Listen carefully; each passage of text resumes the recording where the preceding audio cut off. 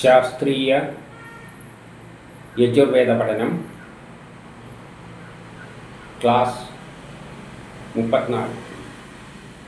നമ്മൾ 7-ാമത്തെ അധ്യായത്തിൽ 31 മുതൽ 40 വരെയുള്ള മന്ത്രങ്ങളാണ് നോക്കുന്നത്. ഇതിലധികത്തിലും ദേവതകളെ, പ്രധാനമായിട്ട് ഇന്ദ്രൻ, പിന്നെ മരുത്തുക്കൾ, ഇങ്ങനെയുള്ള ദേവതകളെ പറ്റിയാണ് പറയുന്നത്.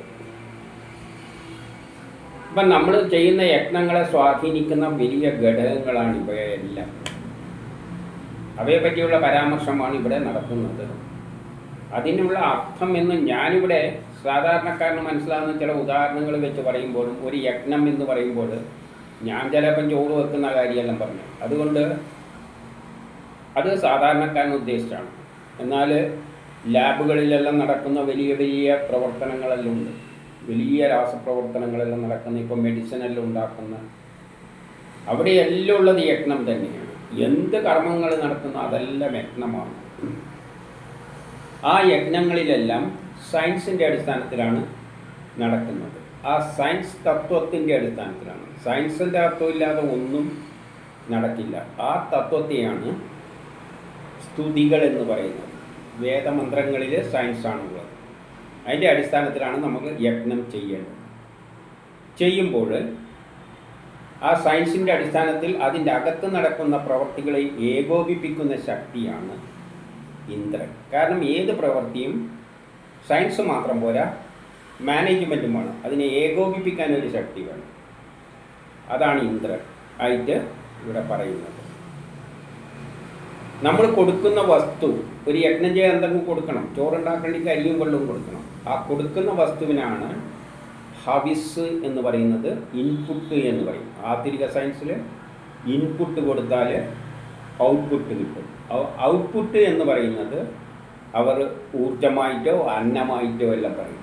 അന്നം എന്നെല്ലാം പറയുമ്പോൾ ഔട്ട്പുട്ട് എന്ന നിലയിൽ എടുക്കണം. അവർ പറയുമ്പോൾ ചിലപ്പോൾ പാല്, തൈര് എന്നെല്ലാം പറഞ്ഞേക്ക് ഇൻപുട്ട്. അതെന്തിനു വേണ്ടി എന്ന് പറഞ്ഞാൽ, നമുക്ക് മനസ്സിലാകുന്ന ലളിതമായ നിലയിൽ ഇൻപുട്ടിനെ നമ്മൾ പാചകം ചെയ്യാൻ ഉപയോഗിക്കുന്ന നെയ്യ്, പശു നെയ്യ്, വിശിഷ്ട വസ്തുക്കൾ, പശു നെയ്യ് നല്ലതായിട്ട് അവർ പറഞ്ഞു വരും.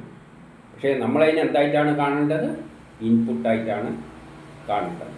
അപ്പം നമുക്ക് ആദ്യം 31 മുതൽ 40 വരെയുള്ള മന്ത്രത്തിൽ 31 എന്താണ് പറയുന്നതെന്ന് നോക്കാം.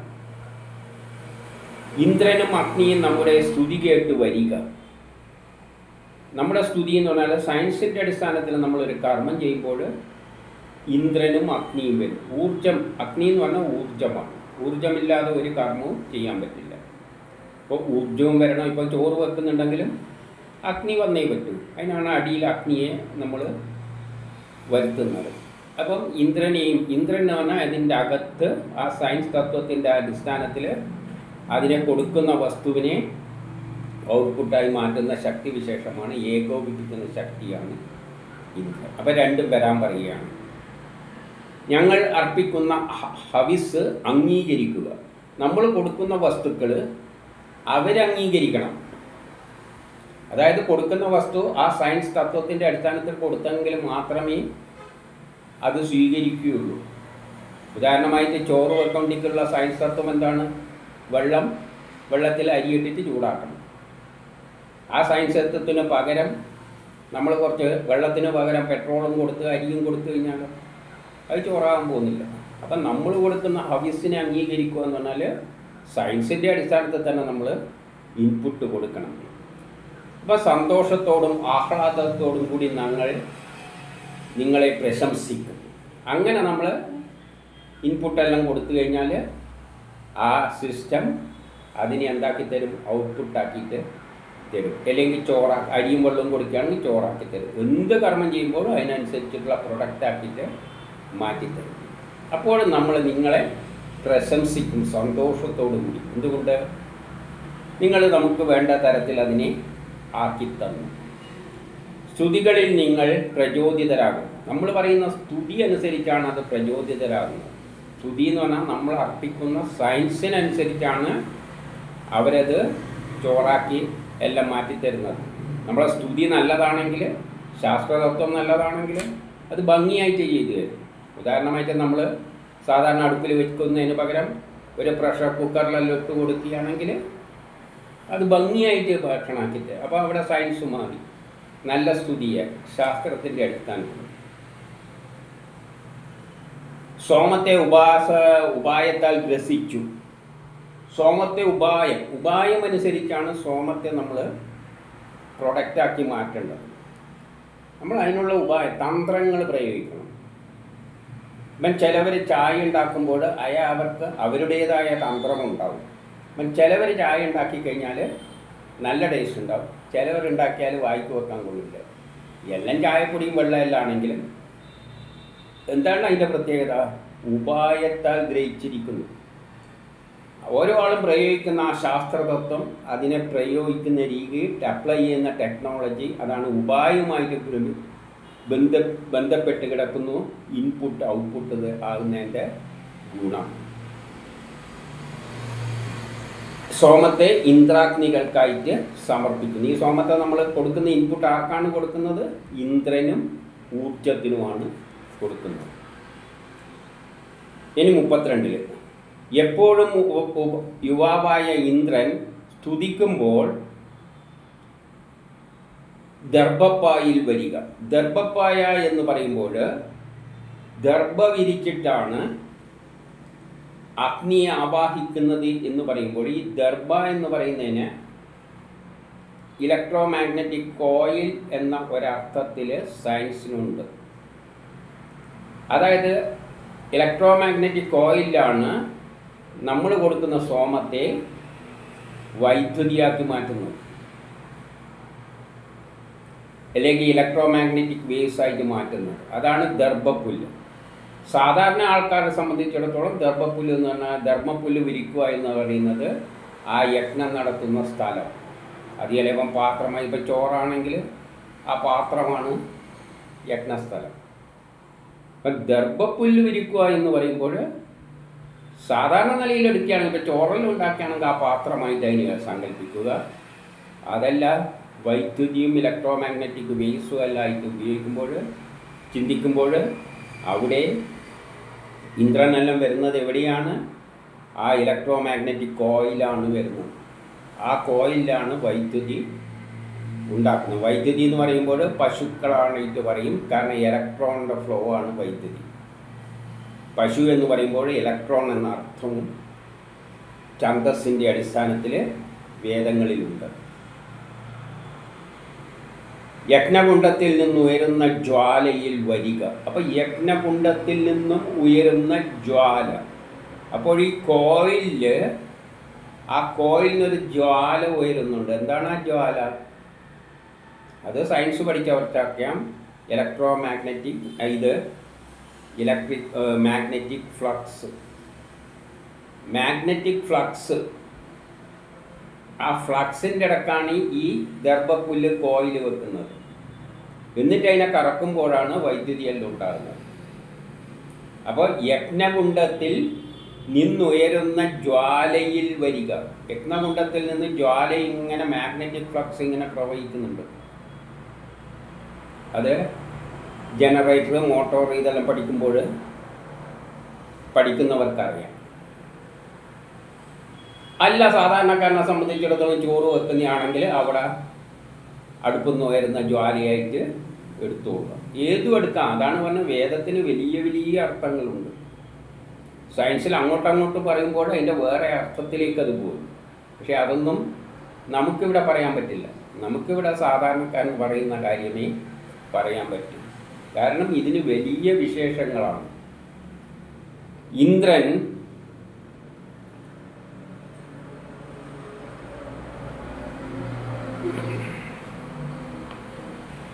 ഞങ്ങളാൽ ഗ്രഹിക്കപ്പെട്ടു. ഇന്ദ്രനെ നമ്മൾ ആ യജ്ഞം, കോയിൽ വൈദ്യുതി ഉണ്ടാക്കുന്ന യജ്ഞത്തിലേക്ക് ഇന്ദ്രനെ ആവാഹിക്കുകയാണ്. അതാണ് നിന്റെ കേന്ദ്രം. ആ കേന്ദ്രത്തിലാണ് നീ ആക്ട് ചെയ്യേണ്ടത്. ഈ സോമം ഇന്ദ്രാഗ്നികൾക്കായി അർപ്പിക്കുന്നു. ഈ സോമം, ഇവിടെ സോമം എന്ന് പറയുന്നത് ഇൻപുട്ട് എന്താണ്? ഈ മാഗ്നറ്റിക് ഫ്ലക്സ് ആണ്. ഈ മാഗ്നറ്റിക് ഫ്ലക്സിനെ ആർക്കായിട്ട് ഇന്ദ്രാഗ്നികൾക്കായിട്ട്. ആ മാഗ്നറ്റിക് ഫ്ലക്സിനെയാണ് അഗ്നി ഊർജമായിട്ട് വൈദ്യുതോർജമായിട്ട് മാറ്റുന്നത് ഇന്ദ്രൻ. ഇന്ദ്രൻ എന്ന് പറഞ്ഞാൽ അവിടെ നടക്കുന്ന യജ്ഞങ്ങൾ. അവിടെ കോയിൽ തിരിയുമ്പോൾ ഫ്ലക്സിനെ മുറിക്കുന്നുണ്ട്. ഫ്ലക്സിനെ മുറിക്കുമ്പോൾ ഒരു ഇലക്ട്രോ മാഗ്നറ്റിക് ഇൻഡക്ഷൻ നടക്കുന്നുണ്ട്. അങ്ങനെയെല്ലാം വൈദ്യുതി ഉണ്ടാകുന്നത്. അതിനെല്ലാം ഏകോപിപ്പിക്കുന്ന ശക്തിയാണ് ഇന്ദ്രൻ. ചിലതെല്ലാം ഒരു പരിധിയിൽ പറയാനേ പറ്റുകയുള്ളൂ. ഇത് വൈദ്യുതിയായിട്ട് ബന്ധപ്പെട്ട കാര്യമാണ് അല്ല. വൈദ്യുതി, ഇലക്ട്രോ മാഗ്നറ്റിക് വേവ്സ് അതെല്ലാമായിട്ട് ബന്ധപ്പെട്ട കാര്യങ്ങളിലെല്ലാം ഈ ദർഭപ്പുല്ല് അല്ലെങ്കിൽ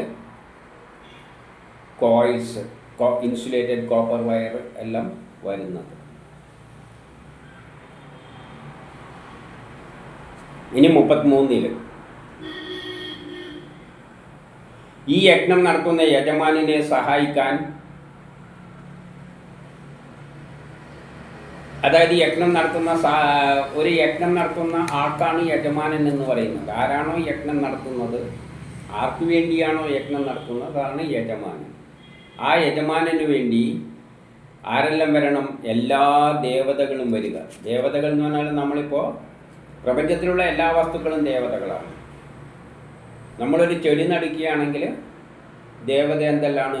മണ്ണ് ദേവതയാണ്, മഴ ദേവതയാണ്, സൂര്യപ്രകാശം ദേവതയാണ്. അപ്പോൾ അവരെല്ലാം വരണം, എങ്കിലല്ലേ നമുക്ക് ചെടി മുളച്ചെല്ലാം വരുള്ളൂ. ചോറ് വെക്കുമ്പോൾ ദേവത എന്തെല്ലാണ്? വായുവുണ്ട്, പാത്രമുണ്ട്, അഗ്നിയുണ്ട്, ജലമുണ്ട്, അരിയുണ്ട്. ഇതെല്ലാം ദേവതകളാണ്. അപ്പോൾ ഓരോ യജ്ഞങ്ങൾ നടത്തുമ്പോഴും അതിൽ പങ്കെടുക്കേണ്ടതായ ദേവതകൾ. ഇപ്പം കത്തുന്നതിന് എന്ത് ദേവത വരണം? വായു വന്നേ പറ്റും. വിറക് വെച്ച് കത്തിക്കണ്ടിക്കൽ വായു വരണം. വായു ഉണ്ടെങ്കിലേ കത്തൽ നടക്കുകയുള്ളൂ. തീപ്പെട്ടി വേണം. തീപ്പെട്ടി ദേവതയല്ല. അപ്പം യജ്ഞം നടത്തുന്ന യജമാനെ സഹായിക്കാൻ എല്ലാ ദേവതകളും വരിക, ഋഷികളും വരിക. ഋഷികൾ എന്ന് പറഞ്ഞാൽ വേദങ്ങൾ, ശാസ്ത്രതത്വങ്ങൾ എഴുതിയ ആൾക്കാർ. അതായത് സയൻസിൻ്റെ സഹായം ഉണ്ടാകും. നമ്മളൊരു യജ്ഞം നടത്തുമ്പോൾ ചിലവർ പറയുക അങ്ങനെ ചെയ്യല്ല, ഇങ്ങനെ ചെയ്യും. ഇപ്പം ചോറ് വേവിക്കുമ്പോൾ ചിലവർ പറയുക മൂടി വെച്ച് വേവും, ഇല്ലെങ്കിൽ വേവില്ല.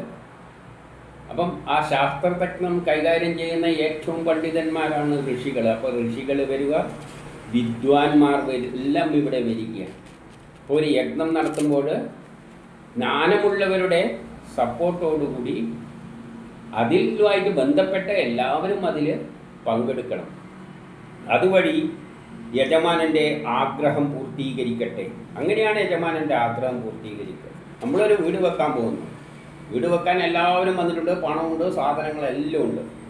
പിന്നെ ഒരു കക്ഷി മാത്രം വന്നില്ല. ആര്? കിളക്കേണ്ട ആൾ മാത്രം വന്നില്ല. കിളക്കാൻ ഒരാളെ കിളക്കാനുള്ള പണിയേ ഉള്ളൂ. പക്ഷെ അയാൾ കിളച്ചു കഴിഞ്ഞാൽ ബാക്കിയുള്ളതെല്ലാം ചെയ്യാൻ പറ്റുമെന്ന് വെച്ച് കഴിഞ്ഞാൽ അയാൾ വന്നില്ലെങ്കിൽ എല്ലാവരും വരണം. അതുകൊണ്ട് സയൻസിൻ്റെ അറിവുള്ള ജ്ഞാനമുള്ളവർ എല്ലാവരും വരിക. അതിനായി മനോഹര സ്തുതികൾ അർപ്പിക്കുന്നു. അപ്പോൾ എന്തും വേണം? ആ യജ്ഞം പൂർത്തീകരിക്കാനുള്ള ശാസ്ത്രതത്വവും അവിടെ അർപ്പിക്കുന്നു. നമ്മൾ ഈ ദേവയജ്ഞത്തിലേക്ക് സോമവും അർപ്പിക്കുന്നു. അങ്ങനെയുള്ള യജ്ഞത്തിലേക്ക് നമ്മൾ എന്തർപ്പിക്കണം? ഇൻപുട്ട് കൊടുക്കണം. ഒരു കരിമ്പിൻ ജ്യൂസ് ഉണ്ടാക്കാനാണെങ്കിൽ ഇൻപുട്ട് എന്താണ്? ആ മെഷീനിലേക്ക് കരിമ്പ് കുത്തിക്കയറ്റി കൊടുക്കണം. എന്തായാലല്ലേ ജ്യൂസ് കിട്ടുള്ളൂ. അതാണ് അവിടെ ഇൻപുട്ട്, സോമം. ഇനി 34 എൻ്റെ ആഹ്വാനം കേട്ട് വിശ്വദേവതകൾ ഈ യജ്ഞസ്ഥലത്തിന് ചുറ്റും വന്നു ചേരട്ടെ. അപ്പം നമ്മളൊരു യജ്ഞം ചെയ്യാൻ പോകുമ്പോൾ വിശ്വദേവതകളെല്ലാം എൻ്റെ ചുറ്റും വരണം. ആരെല്ലാം വരണം? ഇന്ദ്രൻ വരണം, വായു വരണം, അഗ്നി വരണം. ഞാനൊരു യജ്ഞം ചെയ്യാൻ പോകുമ്പോൾ എല്ലാവരും വരണം. അതിൽ പങ്കെടുക്കുന്ന ഏതെല്ലാം ശക്തികളുണ്ട് അതെല്ലാം വേണം. ഇപ്പോൾ ചില യജ്ഞത്തിന് വായുവിൻ്റെ സഹായത്താലേ കത്തുള്ളൂ. ഉദാഹരണമായിട്ട് അടുപ്പ് കത്തിക്കുകയാണെന്ന് വെച്ചോളൂ, ഒരു ചോറ് വെക്കുകയാണെന്ന് തന്നെ വെച്ചോളൂ. വിറക് കത്തണ്ടെങ്കിൽ വായു വന്നല്ലേ പറ്റൂ. വായുവിൻ്റെ സ്ഥലമെല്ലാം അടച്ചു വെച്ചിട്ട് വിറക് കത്തിച്ചാൽ കത്തുവോ? ഇല്ല. അപ്പോൾ എന്ത് വേണം? വായു വരണം, വെളിച്ചം വേണ്ടേ? പാചകം ചെയ്യുമ്പോൾ വെളിച്ചമില്ലെങ്കിൽ പിന്നെ എങ്ങനെയാണ് സാധനം എല്ലാം എടുത്തിടാൻ പറ്റും? അപ്പോൾ എല്ലാ ദേവതകൾ, ഇതെല്ലാം ദേവതകളാണ്. ഈ ദേവതകളെല്ലാം എൻ്റെ ചുറ്റും വന്ന് നിൽക്കട്ടെ. വേദങ്ങൾ സയൻസ് ദേവതയാണ്, ജ്ഞാനം ദേവതയാണ്, വെള്ളം ദേവതയാണ്, എല്ലാം വേണ്ടി വരും. അപ്പം ഈ യജ്ഞസ്ഥലത്തിന് ചുറ്റും വന്നു ചേരട്ടെ എല്ലാ ദേവതകളും. ഈ ദർഭപ്പുല്ലുകൾ വിശ്വദേവതകൾക്കായി ഞാൻ ഗ്രഹിച്ചു. അതായത് ദർഭപ്പുല്ല് വെച്ചിട്ടാണ് യജ്ഞം ചെയ്യുന്നുണ്ടെങ്കിൽ അവിടെ വൈദ്യുതി ഉണ്ടാക്കാൻ വേണ്ടിയാണെന്ന് ഒരർത്ഥത്തിലെടുക്കുക. അല്ല, സാധാരണക്കാരനെ സംബന്ധിച്ചിടത്തോളമാണ് ആ ദർഭപ്പുല്ല് കൊണ്ട് ഉദ്ദേശിക്കുന്നത് എവിടെയാണോ യജ്ഞം നടത്തുന്നത് അത്. പാത്രമാണെങ്കിൽ പാത്രം, അതിലെ ആ സ്ഥലം. ഇത് യജ്ഞകേന്ദ്രമാണ്. അവിടെ ആ ദർഭപ്പുല്ലാണ് യജ്ഞകേന്ദ്രം. എവിടെയാണോ യജ്ഞം നടത്തുന്നത് അതാണ് യജ്ഞകേന്ദ്രം. ചോറ് വെക്കുന്ന അടുപ്പിലാണ്, അപ്പോൾ അടുപ്പാണ് യജ്ഞകേന്ദ്രം. അതാണ് ദർഭപ്പുല്ല്. അവിടെയാണ് ദർഭപ്പുല്ല് വിരിച്ചിരിക്കുന്നു എന്ന സങ്കല്പമുള്ളത്. അത് ദേവതകൾക്കായി സമർപ്പിക്കുന്നു. ഈ എല്ലാ വസ്തുക്കളും ആർക്കു വേണ്ടിയാണ് സമർപ്പിക്കുന്നത്? ദേവതകൾക്കായിട്ട്, അഗ്നിക്കായിട്ട്, ഇന്ദ്രനായിട്ടെല്ലാണ് നമ്മൾ അരിയും വെള്ളമെല്ലാം കൊടുക്കുന്നത്. അവരത് നമുക്ക് ചോറാക്കി തരും. ഇനി 35 ഇന്ദ്രമരുത്തുക്കൾ പ്രാണങ്ങളാണ്. ഇന്ദ്രനും മരുത്തുക്കളും പ്രാണനാണ്. ഇന്ദ്രൻ ഉണ്ടെങ്കിൽ മാത്രമേ ഒരു യജ്ഞം നടത്തൂ. കാരണം അതിൻ്റെ അകത്തുള്ള മേസ്ത്രിയാണ് ഇന്ദ്രൻ. നമ്മൾ നടത്തുന്ന കർമ്മങ്ങളെ ഏകോപിപ്പിക്കുന്ന ശക്തി മേസ്ത്രിയായിട്ട് നമുക്ക് ഇന്ദ്രനെ എടുക്കാം. പിന്നെയോ മരുത്തുക്കൾ, കാലം. മരുത്തുക്കൾ എന്ന് പറഞ്ഞാൽ ഗ്രഹങ്ങളും എല്ലാം കൂടിച്ചേർന്ന് ആകാശത്തിൽ 49 മരുത്തുക്കൾ കൂടിയതാണ് ഈ പ്രപഞ്ചം. ഈ മരുത്തുക്കളെല്ലാം ചലിക്കുന്നതനുസരിച്ചാണ് ലോകത്തിലുള്ള കർമ്മങ്ങളെല്ലാം മുന്നോട്ടേക്ക് പോകുന്നത്. അപ്പം നമ്മളെ എല്ലാ കർമ്മങ്ങളും മരുത്തുക്കളുടെ ചലനവുമായിട്ട് ബന്ധപ്പെട്ടിട്ടുണ്ട്. അതാണ് അനുകൂലമായ സമയത്ത് യജ്ഞങ്ങൾ ചെയ്യണമെന്ന് പറയുന്നത്. ഗ്രഹം നല്ല സ്ഥലത്ത് നിൽക്കുമ്പോൾ യജ്ഞം ചെയ്യണം. മഴക്കാലത്ത് നടേണ്ട ചെടികൾ മഴക്കാലത്ത് നടണം. ഉഷ്ണകാലത്ത് നടേണ്ട ചെടികൾ ഉഷ്ണകാലത്ത് നടണം. ഉഷ്ണകാലം മഴക്കാലം എന്നെല്ലാം പറയുന്നത് ഗ്രഹങ്ങളുടെ പൊസിഷനാണ്, മരുത്തുക്കളുടെ പൊസിഷനാണ്. അപ്പം ഇന്ദ്രനും മരുത്തുക്കളും കാലാവസ്ഥയും അല്ലെങ്കിൽ സമയവും അനുകൂലമാണ്. നിങ്ങൾ സോമത്തെയും ഈ യജ്ഞത്തെയും സംരക്ഷിക്കുന്നു. അവരാണ്, ഇന്ദ്രനാണ് യജ്ഞത്തെയെല്ലാം സംരക്ഷിക്കുന്നത്. നമ്മൾ നടത്തുന്ന യജ്ഞം പൂർത്തീകരിക്കുന്ന ഇന്ദ്രനാണ്, അതിൻ്റെ കസ്റ്റഡിയിലാണ്. മരുത്തുക്കൾ കാലമാണ്. കാലത്തിനനുസരിച്ച് യജ്ഞം സഫലമാവുകയുള്ളൂ. അതുകൊണ്ടാണ് മുഹൂർത്തമെല്ലാം നോക്കുന്നത്. നല്ല കർമ്മങ്ങളെല്ലാം തുടങ്ങുമ്പോൾ മുഹൂർത്തം നോക്കുന്നത് ആ കാലം മരുത്തുക്കൾ അനുകൂലമാണെന്ന് ആണോ എന്ന് നോക്കാനാണ്. നിങ്ങളുടെ കഴിവിലാണ് ഈ അധ്വരുക്കൾ യജ്ഞം പൂർത്തീകരിക്കുന്നത്. യജ്ഞം ചെയ്യുന്നവരെല്ലാം ഇവരുടെ കഴിവിനെ ആശ്രയിച്ചാണ് ഇരിക്കുന്നത്. ഇന്ദ്രൻ്റെയും ഈ ഗ്രഹങ്ങളുടെ, ആ സമയത്തെ ഗ്രഹങ്ങളുമെല്ലാം നമ്മളെ സ്വാധീനിക്കുന്നുണ്ട്. സമയം നല്ലതാണെങ്കിൽ നമ്മൾ ചെയ്യുന്നതെല്ലാം ഭംഗിയായി ചെയ്യും. എത്ര നല്ല പാചകക്കാരനായാലും ചില സമയം ചെയ്യുമ്പോൾ ചിലപ്പോൾ അടിക്ക് പിടിച്ചെന്നും വരും. ഭക്ഷണത്തിന് ആ ടേസ്റ്റ് കിട്ടിയില്ല എന്ന് വരും. അപ്പോൾ നമ്മൾ ചോദിക്കുമ്പോഴാണ് പറയുക എല്ലായ്പ്പോഴും ഒരേപോലെ ഇരിക്കുമോ എന്നെല്ലാം ചോദിച്ചേക്കും തിരിച്ചിട്ട്. കാരണം എല്ലായ്പ്പോഴും എന്ന് പറഞ്ഞാൽ സമയമായിട്ട് അതിന് ബന്ധമുണ്ട്. ചില സമയത്ത് നമ്മൾ തന്നെ ഒരു ചായ 2 നേരം കൂട്ടിക്കഴിഞ്ഞാൽ ഒരു ചെറിയ വ്യത്യാസമെല്ലാം കാണും. കാരണം സമയമായിട്ട് അതിനൊരു ചെറിയ പ്രത്യേകതയുണ്ട്. പണ്ഡിത ഋഷികൾ യജ്ഞത്തെ സംരക്ഷിക്കുന്നു. അപ്പോൾ ഋഷികൾ എന്ന് പറഞ്ഞാൽ ജ്ഞാനം തികഞ്ഞവരാണ്. അവരാണ് എല്ലാ യജ്ഞങ്ങളും ഉണ്ടാക്കുക. നമ്മൾ ഒന്ന് ചിന്തിച്ചു നോക്കി, ഈ ചോറുണ്ടാക്കുന്ന ഈ പരിപാടി, സാമ്പാർ ഉണ്ടാക്കുന്ന പരിപാടി, ഇതെല്ലാം എപ്പം ഏത് കാലത്ത് ആര് കണ്ടുപിടിച്ചതാണ്? നമ്മൾ അപ്പൂപ്പൻ്റെ അപ്പൂപ്പനും ഒന്നും അല്ല. ഈ ചോറ് ഇതെല്ലാം എത്രയോ വർഷങ്ങൾ, ഇത് ആരെ ബുദ്ധിയിൽ ഉദിച്ചതാണ്? അവരെ നമുക്ക് ഋഷികളെന്ന് പറയാം. അപ്പം പണ്ഡിതരായ ഋഷികൾ യജ്ഞത്തെ സംരക്ഷിക്കുന്നു. നമ്മൾ കണ്ടില്ലേ മീൻകറിയെല്ലാം ഉണ്ടാക്കുന്നത്? ഏകദേശം എല്ലാ നാട്ടിലും ഒരേമാതിരി തന്നെയല്ലാണ് ഉണ്ടാക്കുന്നത്. ഇതെവിടെ നിന്ന് വന്നതാണ്? ആരാണ് ഇത് തുടങ്ങിയത്? ഒന്ന് ചിന്തിച്ചു നോക്ക്. അവരെ ഋഷികളെന്ന് നമുക്ക് പറയാം. ഏതോ ഒരുത്തൻ്റെ ഭാവനയിൽ ഇങ്ങനെയെല്ലാം മീൻ കറി വെക്കാം, സാമ്പാർ ഉണ്ടാക്കാം എന്നാൽ അത് തന്നെയാണ്. അതിലൊരു മാറ്റമൊന്നും പണ്ടുള്ള എൻ്റെ ചെറുതിലുള്ള പ്രധാനപ്പെട്ട കറികളാണ് പരിപ്പ് കറി, സാമ്പാർ, ചീരവറവ്, മറ്റേ ഇതെല്ലാം ഉണ്ടല്ലോ, പയറുകൾ, വയറവെല്ലാം, ചെറുപയർ കറി, ഇതെല്ലാം ഇന്നും ഇത് തന്നെയാണ്. പണ്ട് ചെറുതിലുള്ളത് അത് തന്നെയാണ് ഇന്ന് നമ്മൾ ഉപയോഗിക്കുന്നത്. പിന്നെ നമ്മൾ ചിലപ്പം പറയാതിരിക്കുന്നത് ഇതുണ്ടല്ലോ, തണ്ടൂരി ചിക്കൻ, എന്തെല്ലാം ഇങ്ങനെ ചുട്ടെടുക്കുന്ന ഗ്യാസിൽ, അതും പണ്ട് മനുഷ്യൻ ചെയ്ത് തന്നെയാണ്. അടുപ്പിൽ തീ കൂട്ടിയിട്ട് അതിൻ്റെ മേലെ ഒരു കമ്പി കോർത്ത് വെച്ചിട്ട് ഇങ്ങനെ തിരിക്കുന്ന കണ്ടിട്ടില്ല. അതും പണ്ട് മനുഷ്യൻ ചെയ്ത് തന്നെയാണ്. ഇന്ന് മനുഷ്യൻ നമ്മൾ ചോറ് വെക്കാൻ ഗ്യാസ് ഉപയോഗിക്കുന്നത്. അവർ പണ്ട് കരിക്ക് വക ഇപ്പം അവർ മറ്റേ ഇതിൽ വെച്ചിട്ട് ഇങ്ങനെ ചുട്ടെടുക്കുക. എല്ലാം കാര്യമൊന്നും തന്നെ. ഇതെല്ലാം ബുദ്ധിയിൽ ഉപയോഗിച്ച് പണ്ട് എപ്പോഴാണ് അതേ ശൈലിയിൽ നമ്മൾ പോകുന്നു. ഇപ്പം കുട്ടികൾ ലൈസ് എന്തെല്ലാം ഉണ്ടല്ലോ, അതെന്തെന്നാണ് നമ്മളെ ചിപ്സിൻ്റെ വേറൊരു രൂപമാണ്. എല്ലാം അന്ന് ചെയ്യുന്നതന്നെ വേറൊരു രൂപത്തിൽ ഒരു ചെറിയ മാറ്റം വരുത്തി ചെയ്യുന്നു എന്നുള്ളത് അടിസ്ഥാനപരമായിട്ട് അന്നുള്ളതെല്ലാം തന്നെയാണ് നമ്മൾ ഇന്ന് ഫോളോ ചെയ്യുന്നത്. അപ്പോൾ അതെല്ലാം ആവിഷ്കരിച്ചവരെ ഋഷികളായിട്ട് പറയാം. അപ്പോൾ പണ്ഡിത ഋഷികൾ യജ്ഞത്തെ സംരക്ഷിക്കുന്നു.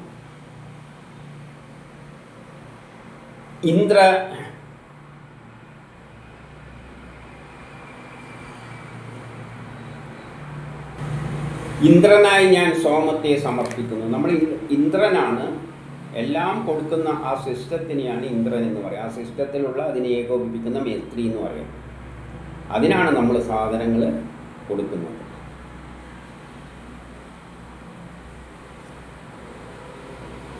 എന്നിട്ടോ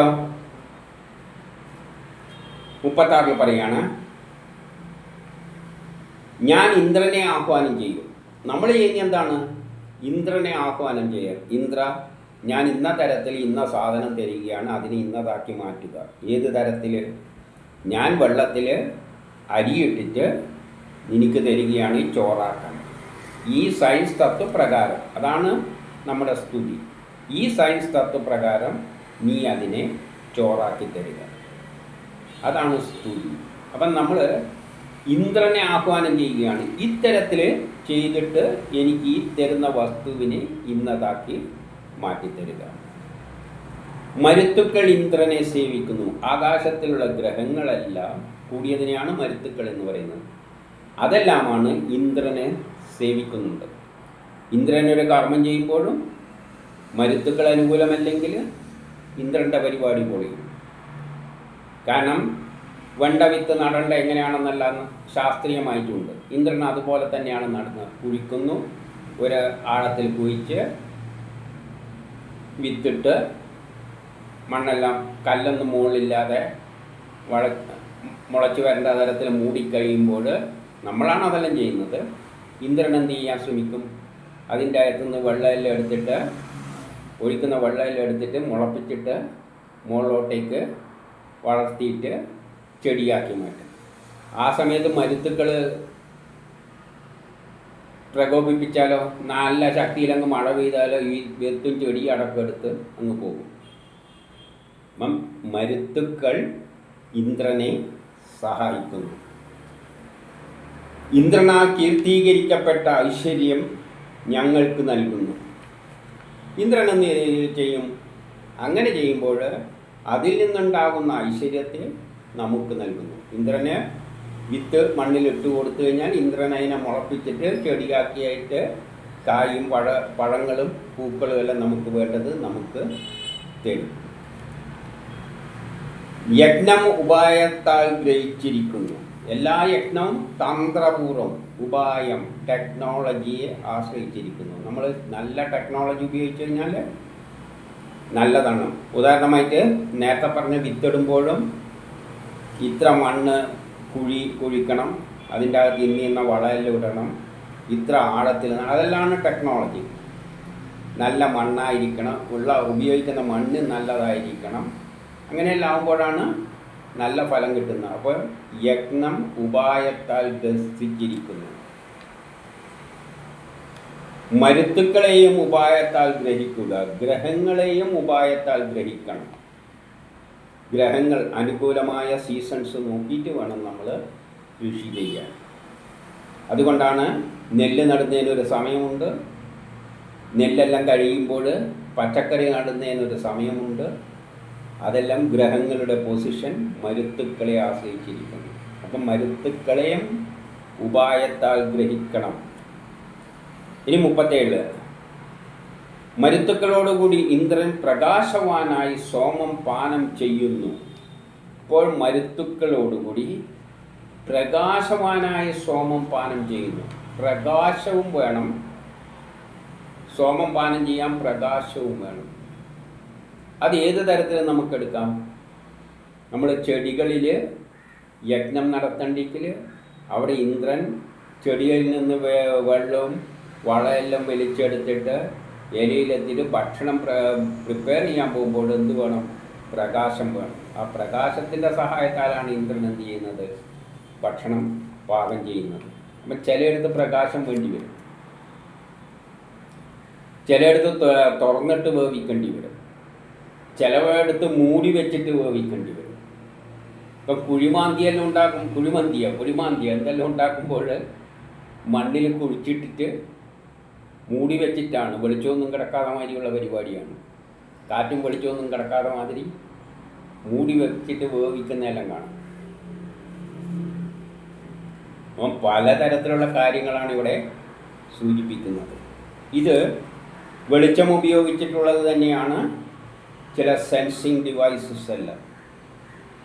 നമ്മൾ കണ്ടിട്ടില്ലേ, ഒരു മാളിൻ്റെ മുമ്പ് പോകുമ്പോൾ നമ്മൾ എത്തുമ്പം തന്നെ അതിൻ്റെ ഡോറ് തുറക്കും. അപ്പോൾ എന്തുകൊണ്ടാണ്? അതിലൊരു സെൻസറുണ്ട്. ആ സെൻസറിൽ പ്രകാശം വരുമ്പോഴാണ് അതിൻ്റെ അകത്തൊരു രാസമാറ്റം തന്നെയാണ് സംഭവിക്കുന്നത്. ഒരു പൾസ് ഉണ്ടാകും. ആ പൾസാണ് ഈ ഡോറിനെയെല്ലാം ഓപ്പറേറ്റ് ചെയ്യിക്കുന്നത്. അപ്പോൾ അവിടെയെല്ലാം ഏകോപിപ്പിക്കുന്ന ശക്തി വിശേഷം സയൻസിൽ നിന്നും ഒരു പ്രേരക ശക്തി വരും, അതിനെ ഏകോപിപ്പിക്കുക. ആ ശക്തിക്കാണ് ഇന്ദ്രൻ എന്ന് പറയുന്നത്. സയൻസ് മാത്രം പോരാ, മാനേജ്മെൻറ്റ് വേണം, ഏകോപിപ്പിക്കാൻ ഒരു ശക്തി വേണം. അത് അജ്ഞാനത്തെ നശിപ്പിക്കും. അങ്ങനെ നമ്മൾ സാങ്കേതികമായിട്ടല്ല ഇതിനെ ഉപയോഗിക്കുമ്പോഴാണ് നമ്മൾ അജ്ഞാനം മാറി മാറി നമ്മൾ ബുദ്ധിപരമായിട്ട് ഉയർന്ന നിലയിലേക്ക് എത്തുന്നത്. സോമത്തെ മരുത്തുക്കളോടുകൂടിയ ഇന്ദ്രനായി സമർപ്പിക്കുന്നു. അപ്പം നമ്മൾ എന്ത് കർമ്മം ചെയ്യുമ്പോഴും അനുകൂലമായ സീസൺ നോക്കിക്കൊണ്ട് ഇന്ദ്രൻ്റെ സഹായത്താൽ കർമ്മം ചെയ്യണം. ഇനി 38. മരുത്തുക്കളോടൊത്തു വരുന്ന ഇന്ദ്രനെ സന്തോഷിപ്പിക്കുവാൻ സ്തോത്രം ഞങ്ങൾ ചൊല്ലുന്നു. അപ്പോൾ അനുകൂല സാഹചര്യത്തിൽ സീസൺസിൽ ഇന്ദ്രനോടുകൂടി വരുന്ന മരുത്തുക്കളോടുകൂടി വരുന്ന ഇന്ദ്രൻ, അതായത് ഇന്ദ്രൻ അനുകൂല സീസൺസിൽ സാഹചര്യത്തിൽ ഇന്ദ്രനെ യജ്ഞത്തിനായി വിളിക്കുമ്പോൾ ഞങ്ങൾ എന്ത് ചെയ്യണം? സ്തോത്രം ചെല്ലണം. നല്ല ശാസ്ത്രത്തിൻ്റെ അടിസ്ഥാനത്തിൽ വേണം യജ്ഞം ചെയ്യാൻ. ഇന്ദ്രനോട് പറയണം, ഇന്ന ശാസ്ത്ര തത്വപ്രകാരമാണ് ഞാനിത് സമർപ്പിക്കുന്നത്. അങ്ങനെ സമർപ്പിക്കുമ്പോൾ ഇന്ന ശാസ്ത്രത്തിൻ്റെ അടിസ്ഥാനത്തിൽ അത് പ്രകാരം നീ എന്ത് ചെയ്യേണ്ടത്? കാരണം ഞാൻ തരുന്ന സോമത്തെ, വസ്തുക്കളെ എനിക്ക് വേണ്ട തരത്തിൽ മാറ്റിത്തരണം. ആ മധുരകരമായ സോമം നീ പാനം ചെയ്യുക. നമ്മൾ കൊടുക്കുന്ന സാധനം നീ എടുത്തോളൂ. സിസ്റ്റമാണ് അതെടുക്കുന്നത്. കരിമ്പ് പീയുന്ന ഉപകരണത്തിൽ ആ കരിമ്പ് സിസ്റ്റം എടുക്കുകയാണ്. സിസ്റ്റം എടുത്തിട്ട് അതിൻ്റെ അകത്തുനിന്ന് പിഴിഞ്ഞിട്ട് ചണ്ടി പുറത്തേക്ക് കഴിയും. പിന്നെ കരിമ്പ് നമുക്ക് കിട്ടില്ല. പിന്നെ കിട്ടുന്നത് ചണ്ടിയും നീരുമാണ്. അതാണ് നമുക്ക് കിട്ടുന്നത്. കരിമ്പാരെടുത്ത്? സിസ്റ്റം എടുത്ത്. അതുപോലെ സിസ്റ്റത്തിൻ്റെ അകത്ത് വർക്ക് ചെയ്യുന്ന ശക്തി വിശേഷമാണ് ഇന്ദ്രൻ. അപ്പം കുറച്ചുകൂടി സൂക്ഷ്മമായി പറയുമ്പോൾ ഈ കൊടുക്കുന്ന സാധനം ഇന്ദ്രൻ തിന്നുന്നു, എന്നിട്ട് നമുക്ക് ഔട്ട്പുട്ട് തരുന്നു. അതുകൊണ്ട് ഈ സോമം നമ്മൾ നൽകുന്നത് ഇന്ദ്രനായി നൽകുന്നു, അല്ലെങ്കിൽ സിസ്റ്റത്തിനായിട്ട്. ആധുനിക സയൻസിൻ്റെ അടിസ്ഥാനത്തിലാണ് സിസ്റ്റത്തിനായിട്ട് സമർപ്പിക്കുന്നു. മഹാനായ 39 മഹാനായ ഇന്ദ്രൻ ജേതാവിനെ പോലെ മനുഷ്യരുടെ ആശകൾ നിറവേറ്റുന്നു. അപ്പോൾ നമ്മൾ ചെയ്യുന്ന കർമ്മത്തെ പൂർത്തീകരിച്ചു തരുന്നത് ഇന്ദ്രനാണ്, നമ്മളല്ല. നമ്മൾ ഭക്ഷണം വയറ്റിലേക്ക് ഇടുന്നേ ഉള്ളൂ. അതിനെ വയറ്റത്തിൻ്റെ അകത്ത് വെച്ച് കുറേ രാസപ്രവർത്തനങ്ങളെല്ലാം നടത്തിയിട്ട് അതിനെ തരം തിരിച്ചിട്ട് ശരീരത്തിൻ്റെ പല ഭാഗത്തേക്കെല്ലാം കൊണ്ടുപോകുന്നുണ്ട്. അതിനെയെല്ലാം ഏകോപിപ്പിക്കുന്ന ആ സയൻസിൽ നിന്ന് വരുന്ന ചില പ്രേരക ശക്തികളുണ്ട്. ആ ശക്തികളാണ് ഇന്ദ്രൻ. അല്ലാതെ നമ്മളൊന്നുമല്ല. നമ്മൾ വെറുതെ അങ്ങ് വായിലിടുന്നേ ഉള്ളൂ. എന്തെല്ലോ കർമ്മങ്ങൾ ശരീരത്തിൽ നടക്കുന്നത്, അതിനെല്ലാം ആരാ ഏകോപിപ്പിക്കുന്നത്? ആ ശക്തി വിശേഷത്തെയാണ് ഇന്ദ്രൻ എന്ന് പറയുന്നത്. അത് സയൻസിൻ്റെ അടിസ്ഥാനത്തിലാണ് വർക്ക് ചെയ്യുന്നത്. അല്ലാതെ ഇന്ദ്രന് വേറെ പ്രത്യേക കഴിവൊന്നും ഇല്ല. ഇവൻ അളവില്ലാത്ത ഊർജത്തിൻ്റെ പതിയാണ്. അവൻ അളവില്ലാത്ത ഊർജം തരും. ഇന്ദ്രൻ നമ്മൾ വൈദ്യുതി ഉൽപ്പാദിപ്പിക്കുമ്പോൾ അളവില്ലാത്ത ഊർജമാണ്. ന്യൂക്ലിയർ പ്ലാന്റിൽ നിന്നാണെങ്കിൽ ആറ്റങ്ങളെല്ലാം പൊട്ടിച്ചിട്ട് ഇഷ്ടമാതിരി ഊർജത്തെ പുറത്തേക്ക് തരും. ഇതിലെല്ലാം പങ്കെടുക്കുന്നത് ആരാണ്? ആ കർമ്മം അതിൻ്റെ അകത്ത് ആക്ട് ചെയ്യുന്ന സയൻസ് പ്രിൻസിപ്പിളുണ്ട്. ആ പ്രിൻസിപ്പിളിൽ നിന്നും ഉത്ഭവിക്കുന്ന ഒരു പ്രേരക ശക്തിയുണ്ട്. അതാണ് ഇന്ദ്രൻ. അത് അളവറ്റ ഊർജത്തിൻ്റെ പതിയാണ്. അവൻ എല്ലായിടവും ഉയരത്തിൽ വളരും. അത് എല്ലായിടവും സിസ്റ്റത്തെ, നമ്മളെ ശാസ്ത്രത്തെ ഉയർന്ന നിലയിലേക്ക് കൊണ്ടുപോകും ഇന്ദ്രൻ. അതിനാൽ ഞാൻ സോമം ഇന്ദ്രനായി സമർപ്പിക്കുന്നു. ഇന്ദ്രനായി നമ്മളെ ഇൻപുട്ടും കൊടുത്ത് സയൻസ് തട്ടു അപ്ലൈ ചെയ്ത് കഴിഞ്ഞാൽ അതിനെ വലിയ നിലകളിലേക്ക് ഇന്ദ്രൻ പരിവർത്തനം ചെയ്തു തരും. ഇനി 40 മഹാനായ ഇന്ദ്രൻ ഊർജത്തിൻ്റെയും വർഷത്തിൻ്റെയും പതിയാണ്. ഊർജത്തിൻ്റെ നമുക്കിഷ്ടമായ ഊർജം എത്തിച്ചേരുന്നത് ഇന്ദ്രനാണ്. നമ്മളെ ശരീരത്തിൽ തന്നെ ഊർജം കിട്ടുന്നത് എങ്ങനെയാണ്? നമ്മൾ ഭക്ഷണം ഉള്ളിൽ കൊടുക്കുമ്പോൾ ആ ഭക്ഷണത്തെ മുഴുവൻ ഊർജമാക്കി മാറ്റുന്ന രാസപ്രവർത്തനം നടക്കുമ്പോൾ അതിനെ ഏകോപിപ്പിച്ചിട്ട് നമുക്ക് വേണ്ട കൈ ചലിപ്പിക്കാനുള്ള ശക്തിയെല്ലാം തരുന്നു. അങ്ങനെ എല്ലാത്തിലും ഊർജം. കാറിൻ്റെ അകത്തേക്ക് ഇന്ധനം കത്തിക്കുമ്പോൾ അതിൽ നിന്നും ഊർജത്തെ ഡെവലപ്പ് ചെയ്തിട്ട് വണ്ടിയെ ചലിപ്പിക്കുന്നുണ്ട്. അപ്പോൾ ഊർജത്തിൻ്റെ പതിയാണ്, വർഷത്തിൻ്റെ പതിയാണ്, മഴ പെയ്യിക്കുന്നതിൻ്റെ പതിയുമാണ്. ശ്രുതികളാൽ അവ വളരും. നമ്മൾ ശാസ്ത്രതത്വങ്ങൾ ഉപയോഗിച്ച് കഴിഞ്ഞാൽ എന്തു പറ്റും? നമുക്ക് നല്ല ആ ഇന്ദ്രൻ കൂടുതൽ ശക്തിമാനായിട്ട് മഴ പെയ്യിപ്പിക്കാൻ തന്നെ കൃത്രിമമായിട്ട് നമുക്ക് മഴ പെയ്യിപ്പിക്കാം. അതിനുള്ള സാഹചര്യം ഉണ്ടാക്കി കൊടുത്തു കഴിഞ്ഞാൽ ഇന്ദ്രൻ ശക്തിയായി തീരും. മേഘങ്ങളെ തമ്മിൽ കൂട്ടിയോജിപ്പിച്ചിട്ട് മഴയായിട്ട് പെയ്യിപ്പിക്കും. അപ്പോൾ സ്തുതികളാൽ ഇന്ദ്രൻ വളരും. അതിനായി സോമം ഇന്ദ്രന് സമർപ്പിക്കുന്നു. അപ്പോൾ കൃത്രിമ മഴയുണ്ടാക്കാൻ ആകാശത്ത് കൊണ്ടുപോയി ചില സോമം വെതറിക്കൊടുക്കും. ചില പൊടികൾ വെതറുമ്പം കൂടിച്ചേരാത്ത മേഘത്തെ എളുപ്പത്തിൽ കൂടിച്ചേരാൻ അത് സഹായിക്കും. അപ്പോൾ ഇന്ദ്രൻ്റെ ശക്തി വർദ്ധിക്കും. ഇന്ദ്രൻ പോയി അതിനെല്ലാം കൂട്ടിച്ചേർത്തിട്ട് പെട്ടെന്ന് മഴയാക്കിയിട്ട് നമുക്ക് തരും. സോമം ഇന്ദ്രൻ്റെ ആസ്ഥാനമാണ്. അപ്പം ഇന്ദ്രൻ എവിടെയാണ് ആക്ട് ചെയ്യുന്നത്? നമ്മൾ കൊടുക്കുന്ന വസ്തുവിലാണ് അതിൻ്റെ കേന്ദ്രം. അപ്പം നമ്മൾ ചോറ് വെക്കുമ്പോൾ ഇന്ദ്രൻ എവിടെയാണ് ഉള്ളത്? ആ കൊടുക്കുന്ന സോമം എന്താണ്? അരിയും വെള്ളവും. ആ വെള്ളത്തിൻ്റെ അകത്താണ് ഇന്ദ്രൻ്റെ ആസ്ഥാനം.